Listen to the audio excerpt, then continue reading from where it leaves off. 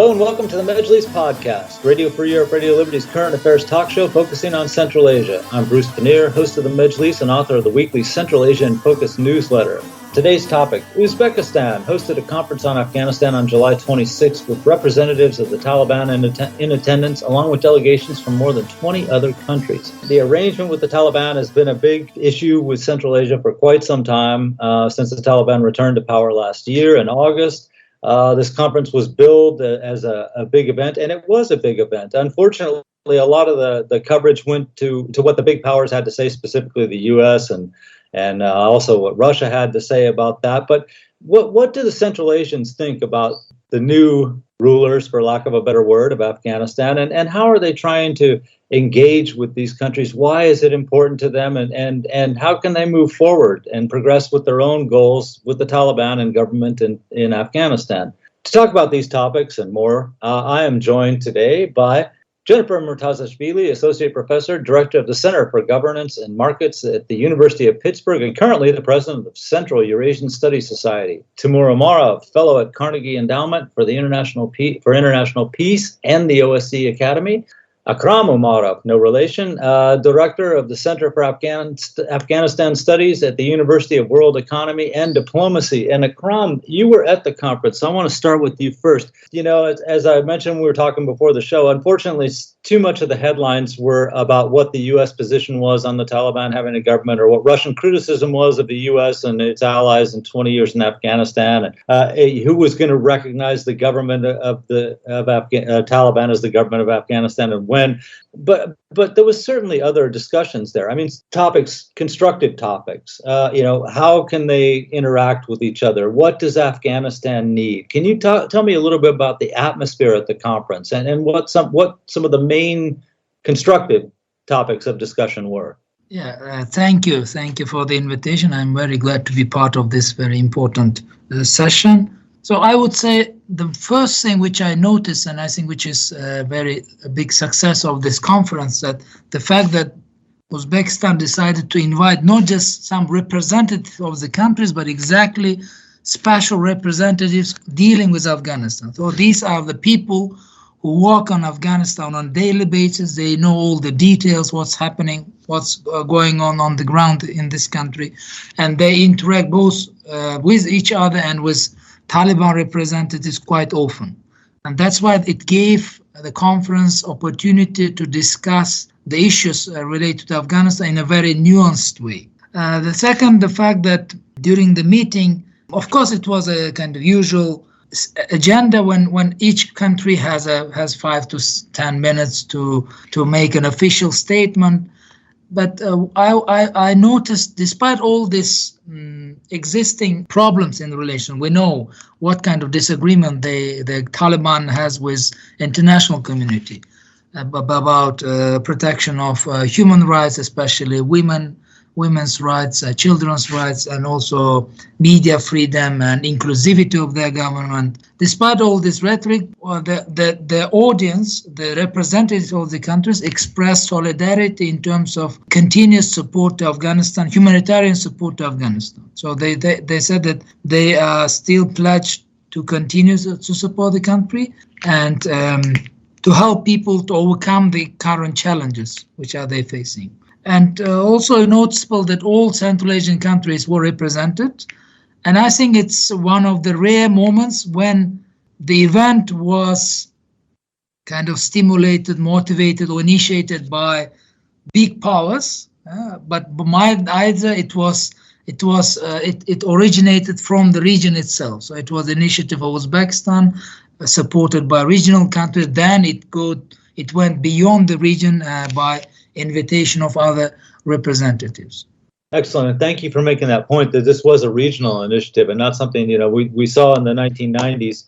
Every time they had to talk about Afghanistan, they had the 6+2 and everything, but this was always really driven by some of the big outside powers. So it's important to note that this was Uzbekistan that organized this and arranged for all this to happen. Jennifer, if I could ask you then, what do the Central Asian governments now see when they look south over the border? I mean, we as I just mentioned, in the 1990s, it was, the governments, with the exception of Turkmenistan, were generally hostile toward the Taliban government. To some extent, this might be understandable because the Central Asian governments were themselves very young. When the Taliban took control of Kabul, the Central Asian states had only been independent for 5 years. There was civil war in Tajikistan. It involved an Islamic opposition group at the time. I mean, there was lots of reason for them to be concerned and worry about what might happen with a group like the Taliban showing up. But the reaction this time and engagement is very different. What did the Central Asians see when they look south? What do they hope they can gain by establishing some kind of dialogue with the Taliban as opposed to the policies of the 1990s? A great question, Bruce, and I should also say that it's an honor to be here with you and such esteemed guests. You know, it's a really interesting time. It's an interesting time to see that, you know, how do Central Asian states perceive what's going on in Afghanistan? I think it depends on which country you're talking about. And I think the one that we're really focused on here in this discussion, given the recent conferences, Uzbekistan. We can also talk about Tajikistan as well, but Uzbekistan and Tajikistan are sort of the two main players on the border region. Turkmenistan, as we know, is this neutral country. It is engaging with the Taliban. It's engaged pretty much with everybody on Afghanistan. So hard to say where the strategic direction of Turkmenistan is going here, although they are open to engagement, I think, as they always have been to some extent. Uzbekistan sees real possibilities. I think that they saw a lot of chaos over the past 20 years, and especially as time went on, as the war went on, as the United States, you know, continued to struggle in Afghanistan. I think Uzbekistan was very worried about chaos, and they hope that the Taliban can control that. And I think Uzbekistan's interest is really economic. It is primarily economic. Of course, it is security. It is the hope that economic engagement can bring security and stability to the country. So I would say, of course, Uzbekistan is very concerned about militant activities, and I would talk a lot about that. But we've known that for a very long time. That is not new, and Uzbekistan's dialogue and conversations with Afghan authorities, whether they be, you know, of the Republic or of the Taliban, focus on that quite extensively. But what hasn't gotten enough attention, I think, you know, over these past 20 years is something that Tashkent was very interested in, which is the expansion of trade routes, you know, economic opportunities, the potential of even railroad construction going south. And so with the Taliban in control and the hope that the Taliban can bring some kind of stability to Afghanistan, some kind of enduring security stability, that these economic dreams will be, you know, come to fruition. Now, Tajikistan, on the other hand, has a very different view. I think they're viewing the change in authority with greater apprehension. But of course, you know, they were closely aligned with the Northern Alliance, the so-called Northern Alliance, you know, that is primarily led by Tajiks and other. There is no majority group in Afghanistan, so you can never say the ethnic minorities. They are not minority groups. There is no majority group, but the Uzbeks and the Tajiks primarily. And you know, we've seen some changes along.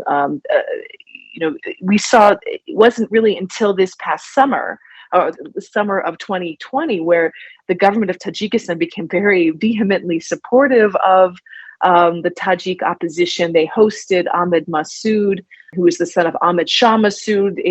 The president of Tajikistan gave awards to Rabbani and to Ahmed Shah Massoud posthumously as a way to recognize these strong ties. Now, the Tajiks haven't had this, you know, the strong economic vision that the Uzbeks have had, but of course they're a much smaller economy and they are very concerned about the security situation. Now, why now?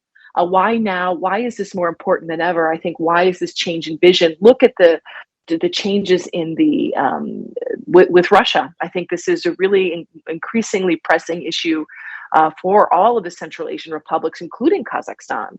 Kazakhstan also wants alternatives to Russia. So as a Central Asian state, I think Kazakhstan is more than happy to have Uzbekistan and be part of these dialogues that engage the Taliban to find alternative trade routes south, whether those go to, you know, through Afghanistan to Pakistan and then on to India. But there's also routes to Iran as well that we can talk about. Great, thank you. And Timur, I'd like to hear your views on some of this too. I mean, what are some of the ties that bind, and what are some of the signs that we see now of Central Asia still keeping connected to Afghanistan since the Taliban have come to power? Yeah, first of all, thank you for having me. It's always a pleasure and an honor. I would like to say that Uzbekistan is not conducting this kind of event for the first time. It's already have become a regular practice that Uzbekistan wants to be seen and actually I would say is a country that is leading right now the world in solving the Afghan crisis, because when the Taliban came to power in August 2021, Central Asia was had this two ways of acting. They could have not recognized Taliban. They could have closed the borders and shut everything and just ignore the changes that are happening in the neighboring country. And on the other hand, they could try to integrate Afghanistan into Central Asia. And what we're seeing right now is that the second way is becoming a reality. And it's really, I would say, the only way out that can really solve the Afghan crisis. Because unlike Russia or China, what is different in Uzbekistan's approach towards Afghanistan is that both Moscow and Beijing want Afghanistan's chaotic situation to stay inside Afghanistan's borders. But Uzbekistan wants to change it. Uzbekistan doesn't want chaos at all. Uzbekistan wants to see, developing country with economic development and really strong ties with all other neighbors, including Central Asia. And that is the most different part in the approaches that many actually say are very different, but I would argue that they are not. And here, I think Uzbekistan has already achieved some sort of success. First of all, we see that trade is going on between Afghanistan and through Afghan territory. We see that Afghan side is ready to cooperate. They are ready to listen to what Central Asian countries want from them. They are saying that they kind of fight the violence and stuff like that. But it's really difficult from Central Asian side to kind of have the freedom of maneuver, I would say, because Taliban right now is kind of the only group of people that are able to promise anything from the Afghan side, because there is no other group of people that can promise anything like that or have total control over the situation in Afghanistan. And that is why Uzbekistan's position here is that, we don't get to choose our neighbors and we have to deal with what we've got and to make the best out of the objective situation. And they're doing their best to, reach this goal. Thank you very much. And if I could just follow up with that, and I'm gonna come back to Akram with the same question in just a second too. You mentioned that in fact, this is not the first conference on Afghanistan that Tashkent has hosted, and it's not the first time the Taliban have sent an official delegation to something like this. In the summer of August 2019, I believe they sent a delegation that visited the ancient Silk Route cities as well as Tashkent at that same time. But there's a more local level of cooperation going on, which doesn't exist with the other Central Asian states, right? Like government delegations between Turkmenistan and Afghan Taliban representatives have been going on too. But along the border, there's a different cooperation too. Am I right? I mean, there's been a lot of meetings of provincial, even village officials along the border, unless I'm mistaken. Is that correct?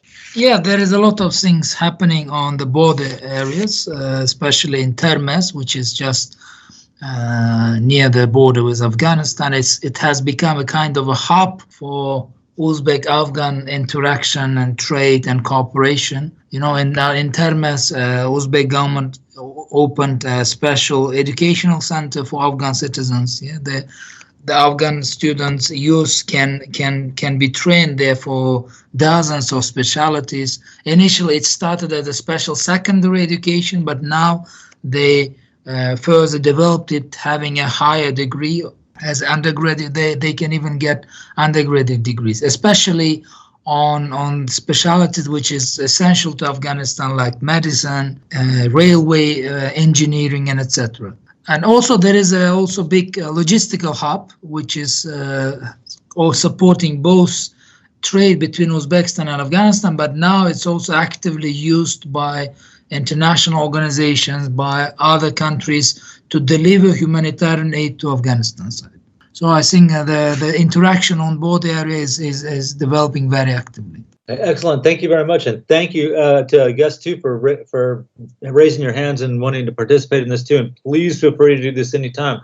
Jennifer, I'll go to you first and then to Timur. I just wanted to add to this that, prior to the fall of the Taliban, the perceptions of Uzbekistan in particular in Afghanistan had changed quite dramatically.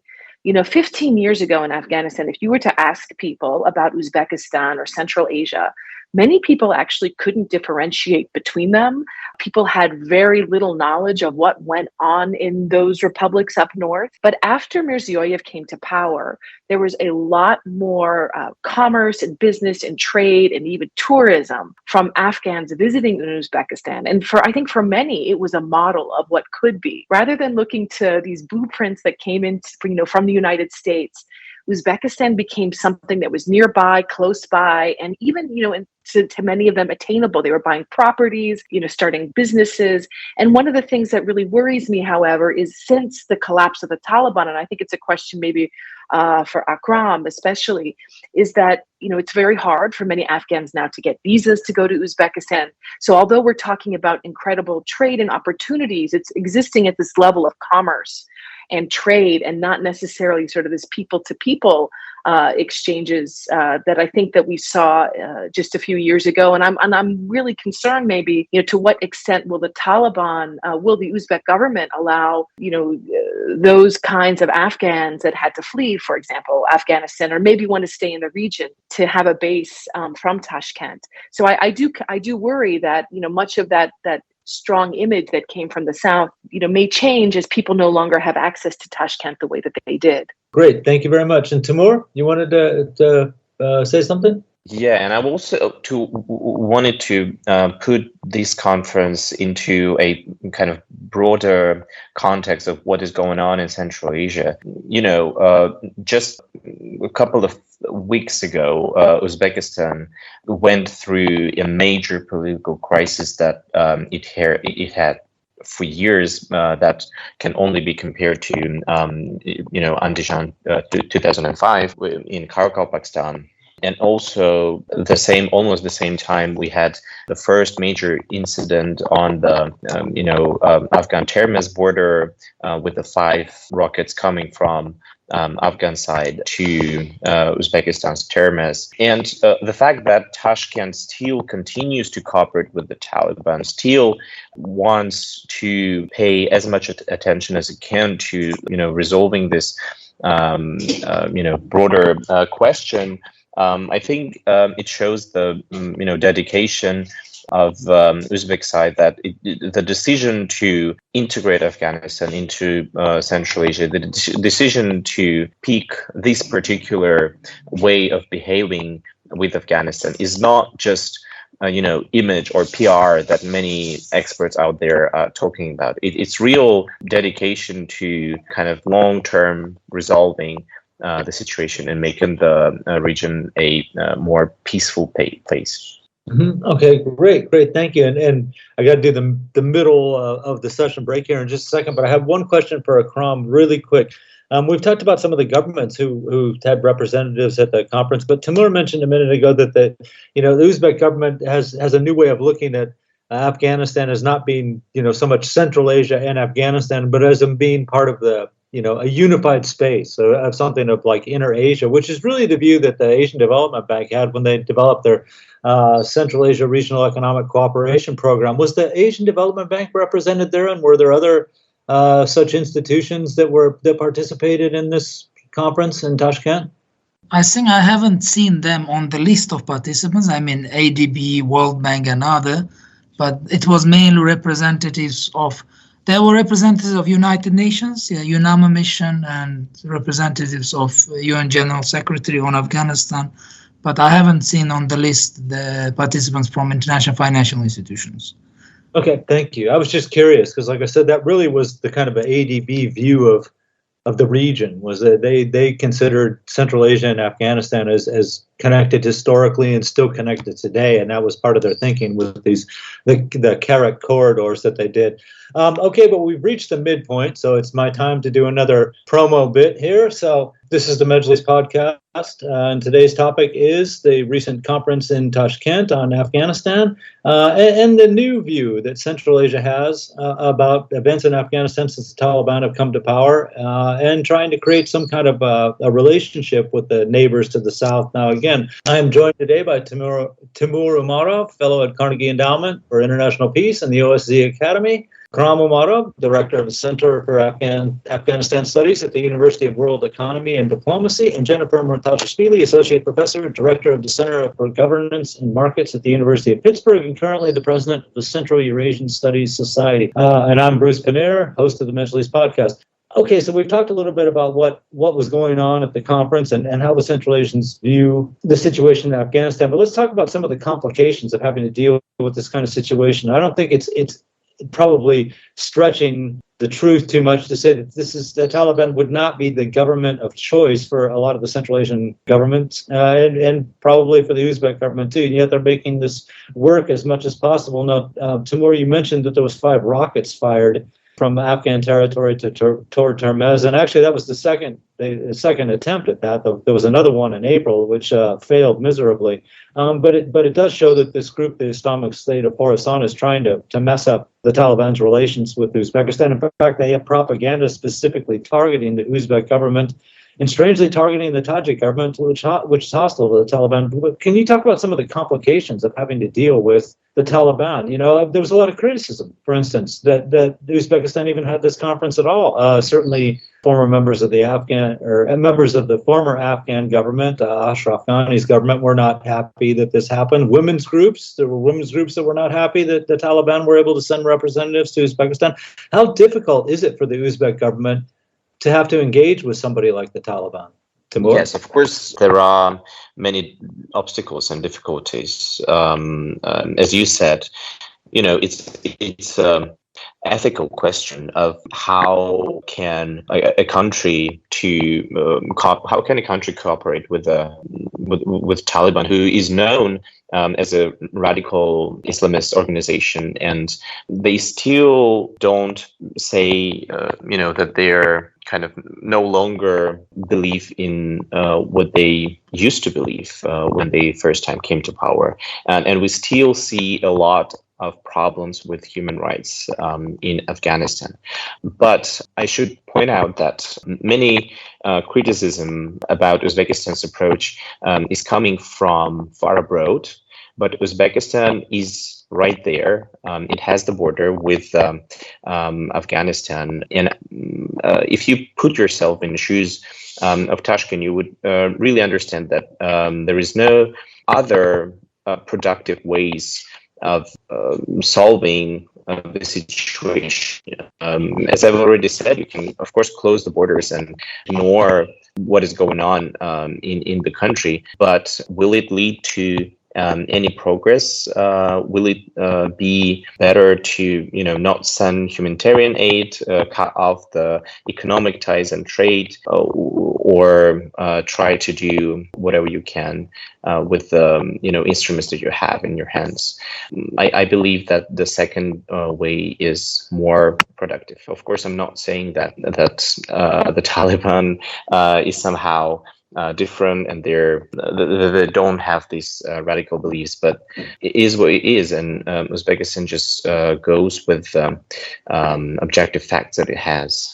Thank you, and I agree. Thank you for making the point that Uzbekistan is there. It's easier for countries that are separated by hundreds, thousands of kilometers to make criticism about Uzbekistan dealing with the Taliban, but it's different when you're on the border. Akram, you wanted to say something?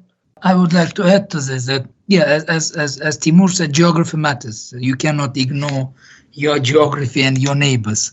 You may like them, you may not, but you have to deal with this somehow. Why it was also important to bring Taliban, despite all this existing disagreements with them and problems in interaction. I think beside the official meeting, which happened in the room, there were, what I saw during the conference, there were many side rooms for bilateral meetings.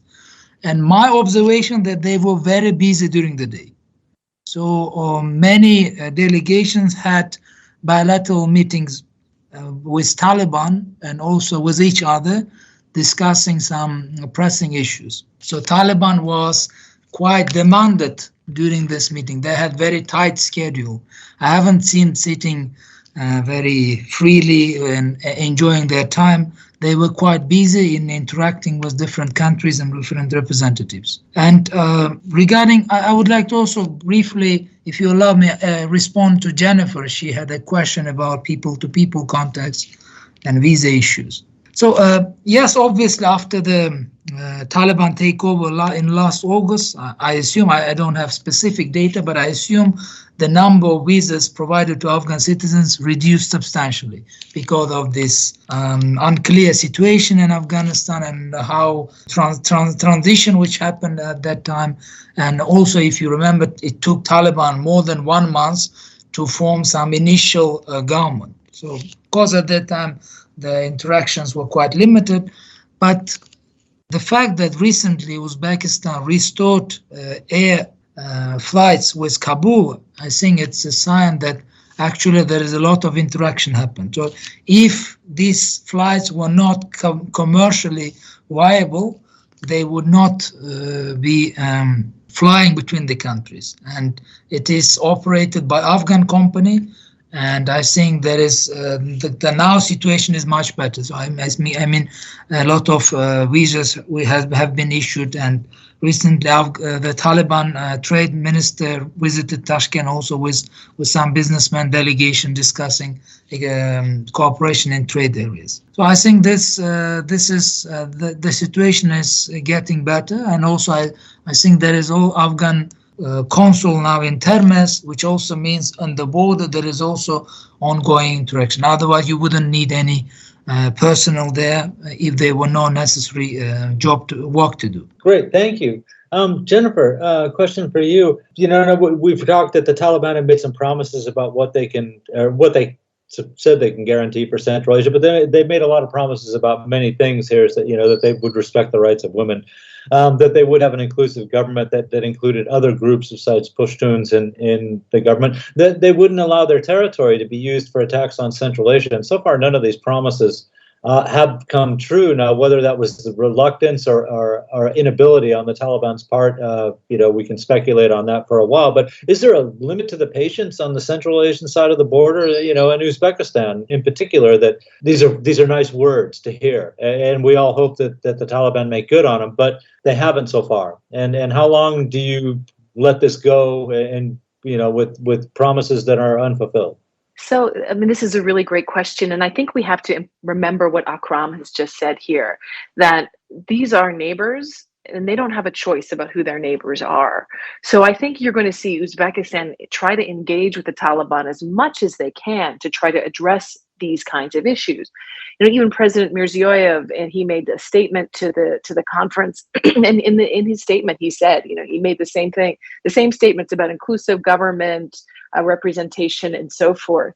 So the official line on that hasn't changed very much at all. But what goes on, you know, informally and in these sort of bilateral relationships is something very different, because you know, Uzbekistan believes it has to engage the Taliban in order to make these changes.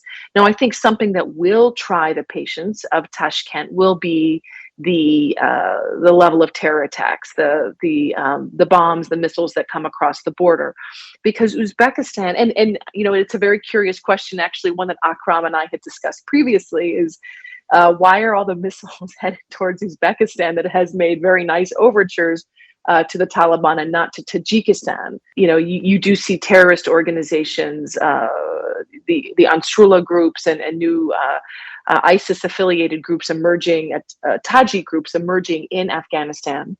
But there's lots going on here. And I think that the big bet that Uzbekistan in particular has made is that Afghanistan can control this territory, that there can be some level of economic development there for Uzbekistan to carry out its economic development programs, have trade, have commerce, to diversify its interests, from its neighbors in the north. And in the east as well, and that the Taliban in return could just control its territory and provide that, very Weberian monopoly on violence. And what we're seeing right now is that the Taliban are not able to do that, not clear why, not clear necessarily who's launching those rockets. Of course, there's some official, there are some speculation about who is launching those rockets, but to what degree do the Taliban actually have control over those groups? And, there are some speculation that the Taliban know this is happening, and they're using their leverage, to show Tashkent that they can control this kind of activity. But, another thing to bear in mind is what the Taliban are sort of going through internally. And I know that's not necessarily the topic of our conversation, but I think it really is directly related to the Central Asian strategies, because the Taliban are very clearly consolidating their power. They're trying to form a cohesive government. We're about to mark the 1-year anniversary of the fall of Kabul and the establishment of their authority.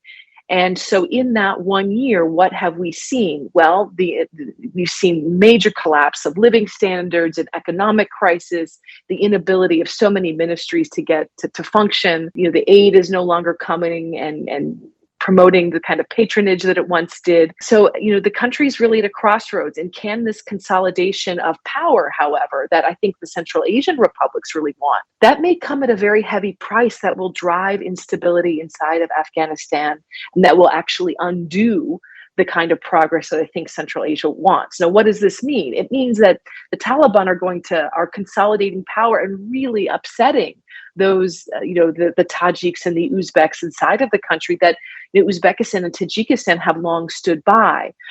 So the question is how long can Uzbekistan stand by this?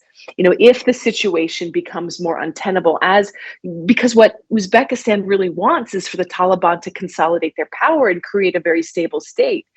But I think the question is, can the Taliban do that in a way that really includes the Uzbek and the Tajik groups? Because I think there's a real risk that the only way the Taliban know how to do this is through the use of violence and not through a lot of carrots. And so I wonder, that's going to generate a lot of instability. I think we're seeing pockets of this emerge already, and that may lead to more terror attacks against Uzbekistan and Tajikistan.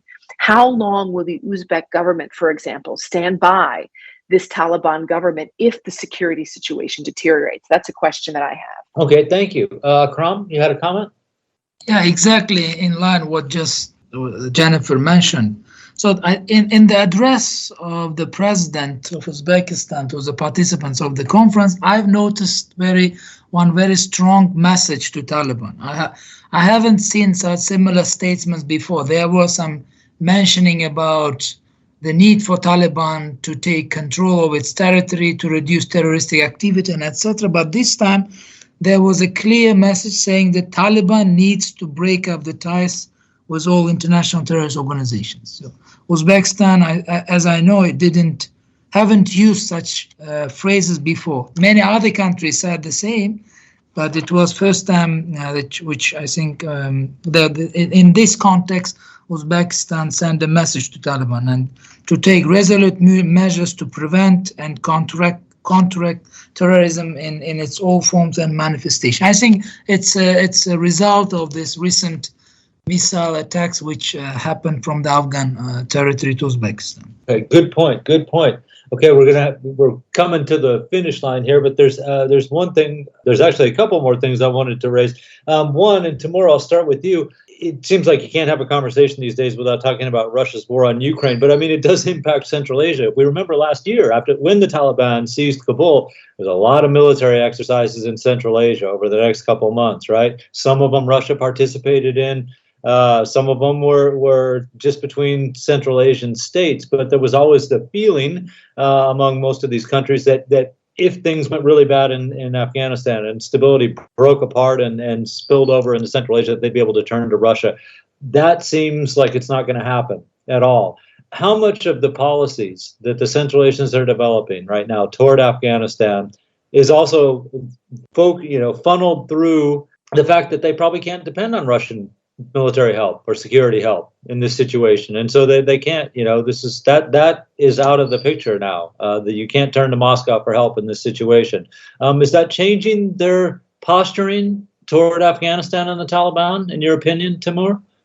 I would say this question refers more to Tajikistan, because Uzbekistan was never really thinking about Russia as a country that, a 100% reliable partner. And Uzbekistan has always been keeping this distance with Moscow, although during the first presidential term of Shavkat Mirziyoyev, we see a lot of, getting closer between these two countries. But still, Uzbekistan was in its decision-making towards Afghanistan relying only, not maybe only, but mainly on its own power. But when it comes to Tajikistan was very tough with the Taliban in rhetoric, but it didn't have, intention of getting into direct confrontation with the Taliban.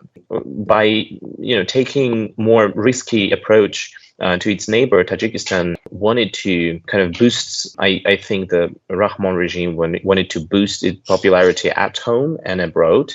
And Dushanbe would always keep in mind that they have Russia as country that in term of in case of emergency can come and help. But now it's kind of changing, since we see that Russia is not doing pretty good in Ukraine, and also right now we see that Russia is seen more as a source of chaos, not stability. And I think that is why Putin decided to come to Tajikistan as his first foreign visit after the start of the war, because I think in Tajikistan there were growing skepticism towards whether or not they still can rely on Russia as a stable partner. And Putin's goal was to make sure that he's not losing Tajikistan as a closest ally that is very valuable at this moment when Russia is losing partners all around the world. Okay, thanks. But I'll get to you in a second, Akram. But I do remember that after the Taliban seized power, I think I know Uzbekistan, Russia, and Tajikistan did all do joint maneuvers close to the Afghan border, and I think Uzbekistan and Russia actually did the joint exercises in Uzbekistan not long after that too. And I remember also that President Mirziyoyev sat in on a CSTO session even before the end of August. So I was just kind of curious, but. Even, like I said, Kazakhstan and Uzbekistan conducted military exercises. And of course, I mentioned Uzbekistan participated in military exercises with Tajikistan, but those have all gone. I haven't seen any joint military exercises in Central Asia at all in recent months.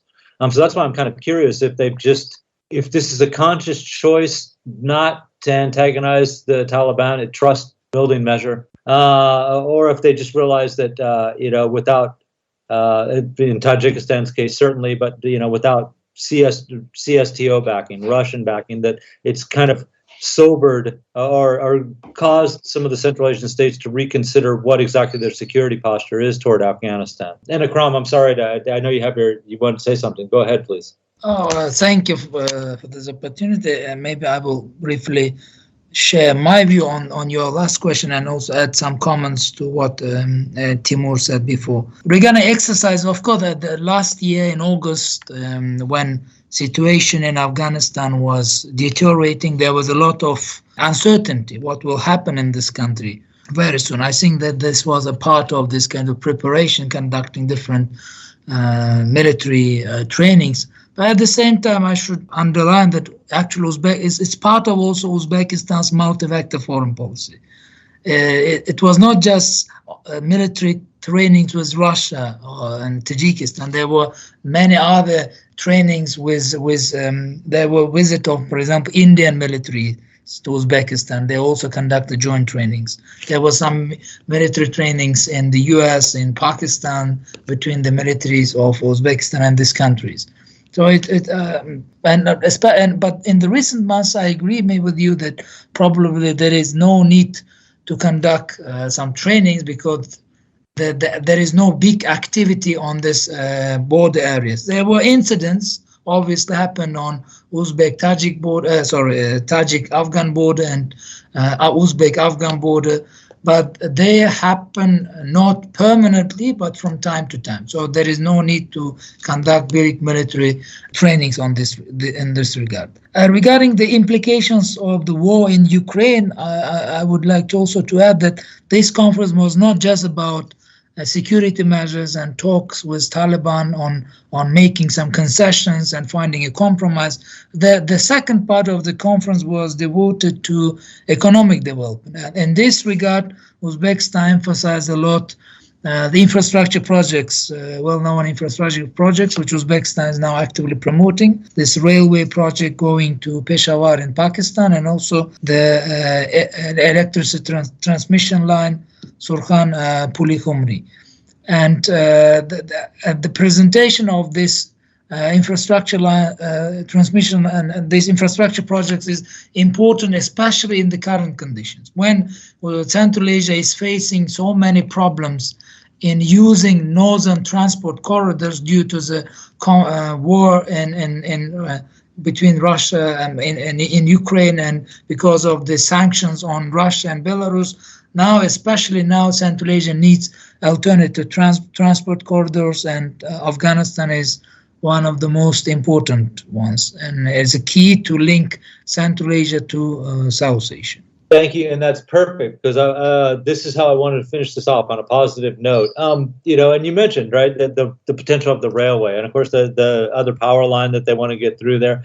For years this has been like one of the theories that people have thrown out there, that economic cooperation and economic prosperity is the key to stability and good relations between countries. So now we have these projects out there.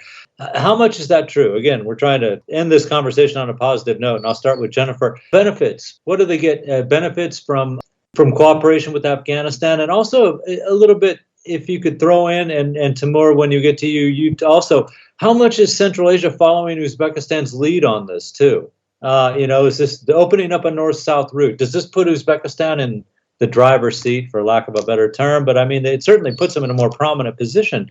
So can you talk about the benefits and how Uzbekistan is a key driver of potential Northeast trade through Afghanistan? I mean, the benefits, I think right now are looking to be enormous. That there are, trucks going through, from Uzbekistan into Afghanistan, into Pakistan, even onto India.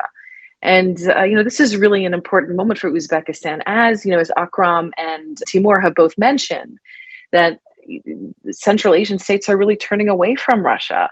But as it's hard to turn away from Russia when your economies are so dependent on it. And I think that these trade routes become a real priority for Uzbekistan and potentially other Central Asian states. Kazakhstan, I'll let Timur talk about Kazakhstan, but a very interesting case of what's happening there. So, what are the benefits? I think we have yet to realize it. I think there's real obstacles, of course, ahead in terms of financing all of these projects. But I do wonder if Uzbekistan keeps its goals more modest, focuses on, roads rather than railways, we might see some progress. But, I've even heard other people speculate that this railroad is actually a rail link that links Uzbekistan to Pakistan is actually more feasible now than the China, Kyrgyzstan, Uzbekistan railway, which, many people thought was, had a lot of possibilities for moving ahead. I'm not sure that the southern route is actually more feasible at this point, but it's definitely an interesting hypothesis. But I think what this does mean, building on the other comments, is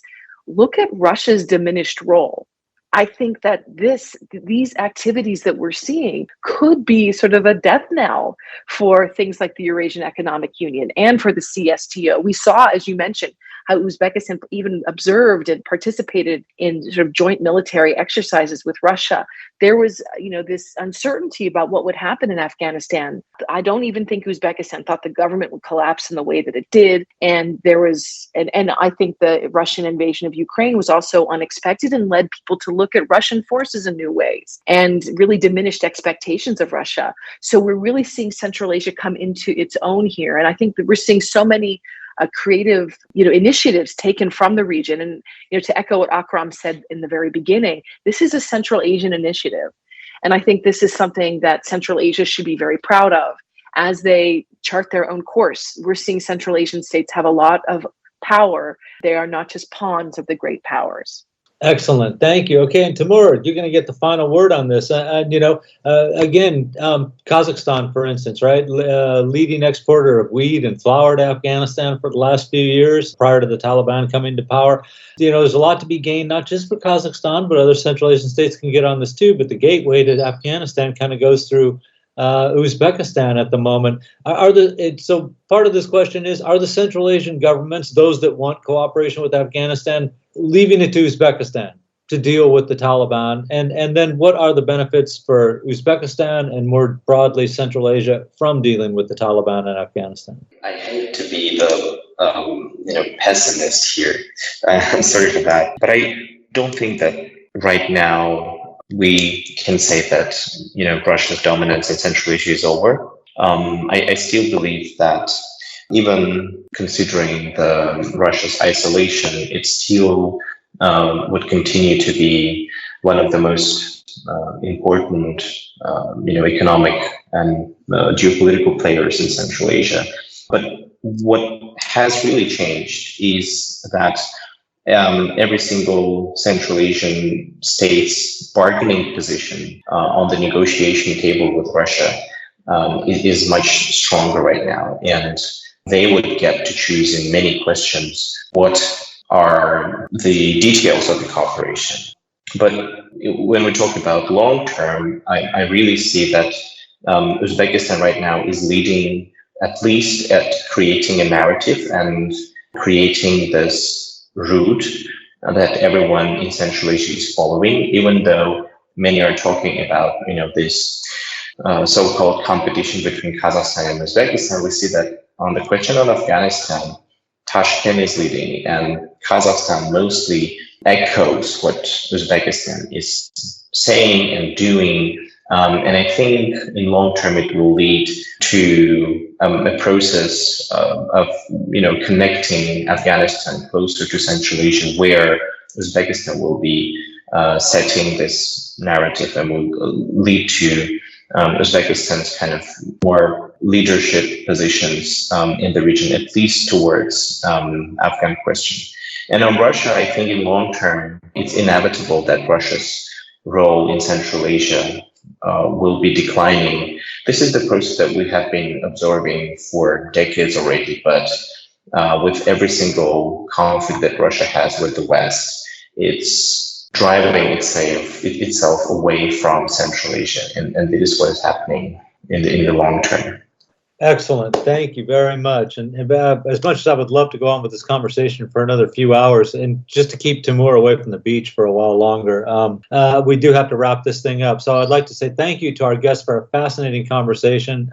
So thank you, Akram Umarov and Jennifer Murtazashvili and Timur Umarov for participating in today's discussion of Afghanistan and Central Asia and the future between those two areas.